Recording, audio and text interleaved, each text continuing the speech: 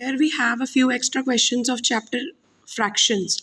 So the first question is choose the improper fraction. Improper fraction का मतलब वो वाली fraction जो proper नहीं है. Proper fraction का मतलब होता है वो वाली fraction जिसका denominator बड़ा है. तो डिनोमिनेटर एक वो वाला पार्ट है जो हमें बताता है कि एक होल के कितने पीसेस करे गए हैं. तो अगर 3/8 एक फ्रैक्शन है तो इसका मतलब है कि 8 में से 3 पीसेस खाए गए, 9 में से 4 पीसेस खाए गए, 10 में से 7 खाए गए. बट क्या 5 में से 6 खा सकते हैं हम? नहीं, क्योंकि 5 टोटल पीसेस हैं.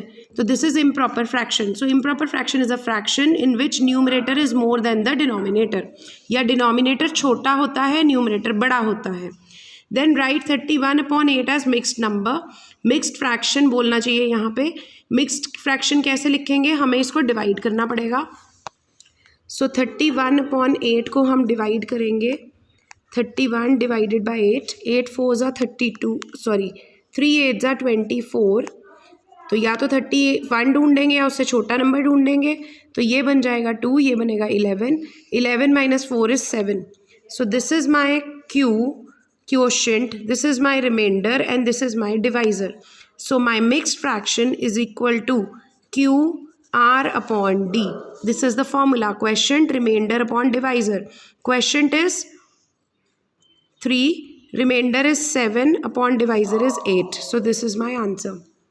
Then a fraction A upon B is equal to 1. तो जब भी A upon B की वैल्यू 1 कब आएगी? जब A और B दोनों बराबर होंगे. बिकॉज 10/10 अगर हम लें तो 10 1s are 10 10s are. 99/99 लें तो 99 1s are 99 1s are. So my answer comes out to be 1 when both numerator and denominator are equal. So my answer will be when A is equal to B. Then which are the equivalent fractions? अब मेरे पास 4 fractions दी हैं, 4 options हैं. 5/2 and 2/5, 4/3 and 8/6, 1/4 and 2/4, 2/3 and 1/3. तो अब मैं देखूंगी कि क्या इक्विवेलेंट फ्रैक्शन मतलब ऐसी फ्रैक्शन जिनको से कुछ मल्टीप्लाई करें या डिवाइड करें तो दूसरा नंबर सेम बने. तो क्या 5 से 2 बन सकता है? नहीं. तो this option is not correct. क्या 4 से 8 बन सकता है? बन सकता है अगर हम 4 को 2 से मल्टीप्लाई करें. तो जिस नंबर से हम न्यूमरेटर को मल्टीप्लाई करेंगे उसी से डिनोमिनेटर को भी करना पड़ेगा. तो इसका मतलब मैं डिनोमिनेटर को भी 2 से अगर मल्टीप्लाई करूं तो मेरा आंसर क्या बनेगा? 4 2s are 8 and 3 2s are 6. So this option is correct. Then 1/4, 1 से बना 2. तो 1 से 2 कैसे बनेगा? इंटू 2 करके. तो अगर मैं न्यूमरेटर में कुछ मल्टीप्लाई कर रही हूँ वही सेम मुझे डिनोमिनेटर में भी करना पड़ेगा, इंटू 2. तो मेरा आंसर आएगा 2/8. बट यहाँ पे क्या दिया हुआ है? 2/4. सो दिस ऑप्शन इज रॉन्ग. ऐसे ही 2/3 एंड 1/3. तो 2/3 से 1, 2 से 1 पे पहुँचना है, मतलब कुछ डिवाइड किया जा रहा है 2 से. तो 2 डिवाइडेड बाई 2 तो 1 आ जाएगा, बट 3 डिवाइडेड बाई 2 हो सकता है? नहीं. सो this is also wrong. My answer is this. Then the next question is 2/3 of an hour. तो हम कैसे करेंगे? 2/3 and 1 hour is equal to we know. So हमें यहाँ पे लिखना चाहिए we know 1 hour is equal to 60 minutes. तो यहाँ पे 1 hour की क्या वैल्यू आ जाएगी? 60 minutes. Then this will be 2 into 60 is 120/3 minutes. और ये वाली यूनिट सेम चलती जाएगी. And when we will divide 120/3, 3 4s are 12. Minus करा 0 0, ये 0 यहाँ पे, 3 0s are 0. माइनस करा तो 0. तो my answer is 40 minutes. Then next question is reduce 9/15 to lowest fraction. अब 9 और 15 मुझे पता लग रहा है कि ये 3 के टेबल में आते हैं. तो इसको दोनों को 3 से डिवाइड कर दो. तो माई आंसर विल बी 3/5 एंड इससे ज़्यादा रिड्यूस नहीं हो सकता. तो दिस इज़ माई आंसर.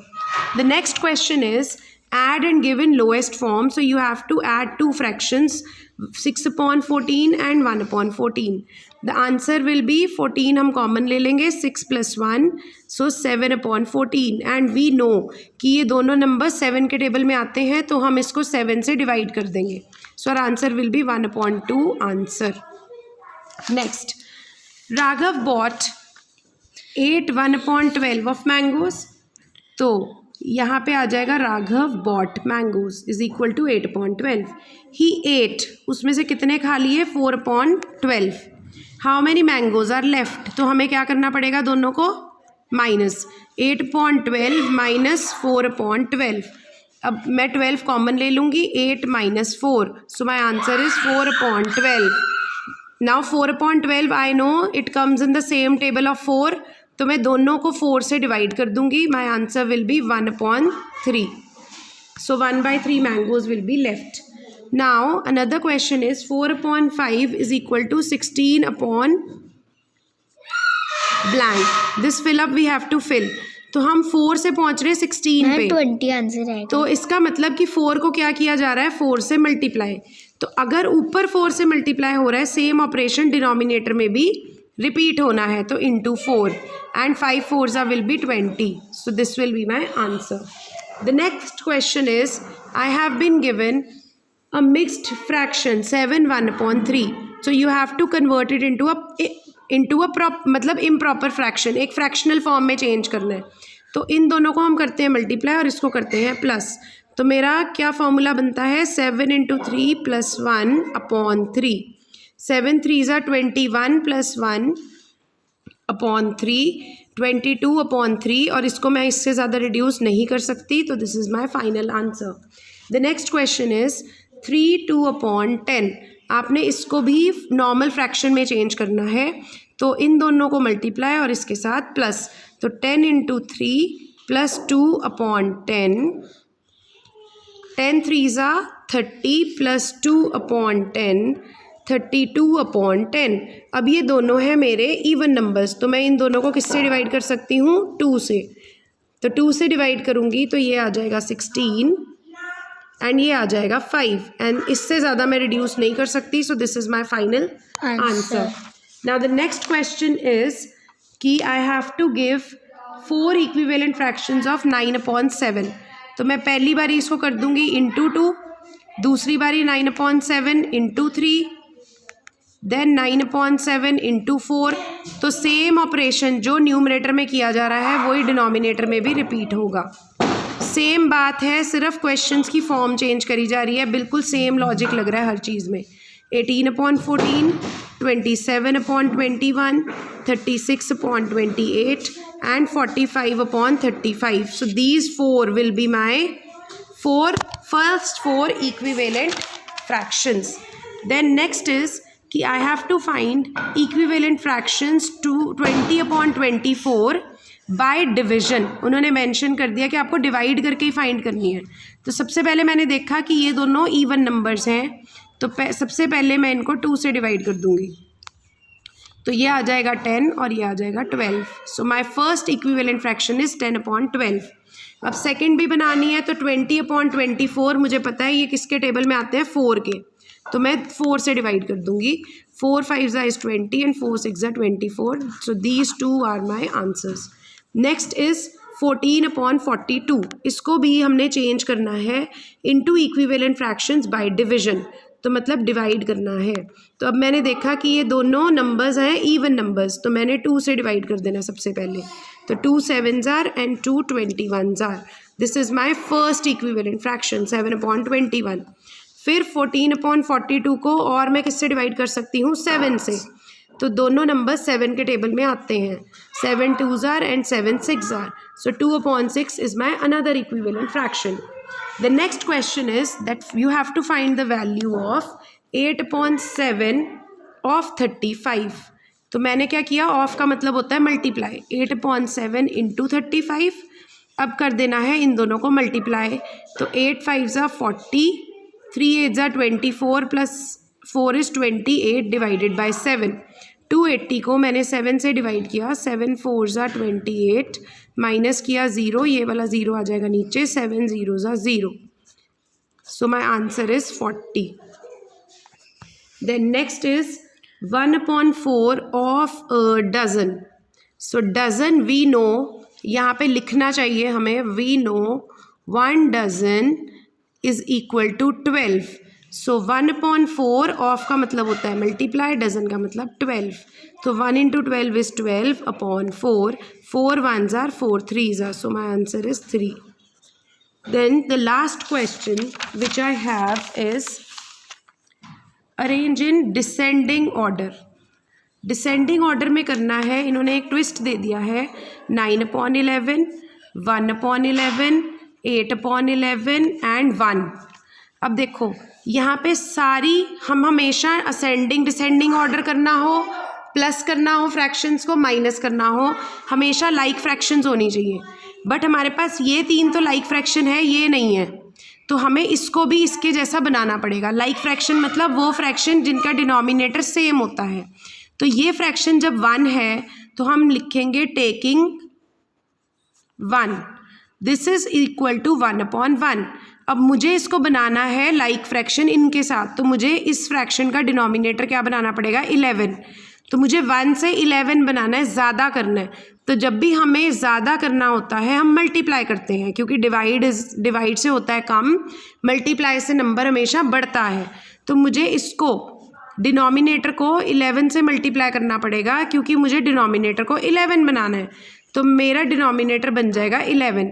पर हमने फ्रैक्शन में रूल क्या पढ़ा है कि जिस नंबर से हम डिनोमिनेटर को मल्टीप्लाई करते हैं उसी से न्यूमरेटर को भी करना ही पड़ेगा. जो ऑपरेशन अगर यहाँ पे आप मल्टीप्लाई कर रहे हो तो इधर भी मल्टीप्लाई करना पड़ेगा, इधर डिवाइड कर रहे हो तो इधर भी डिवाइड करना पड़ेगा. तो सेम ऑपरेशन मुझे यहाँ करना पड़ेगा. तो मेरी फ्रैक्शन बन जाएगी 11/11. तो अब मैं इनको दोबारा से लिखूँगी 9/11, 1/11, 8/11 and 11/11. And now I will say arranging in descending order.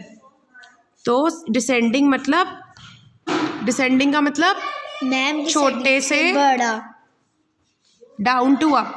तो छोटे से बड़ा. सबसे छोटा क्या है? 1/11, देन 8/11, देन 9/11 एंड देन 11/11.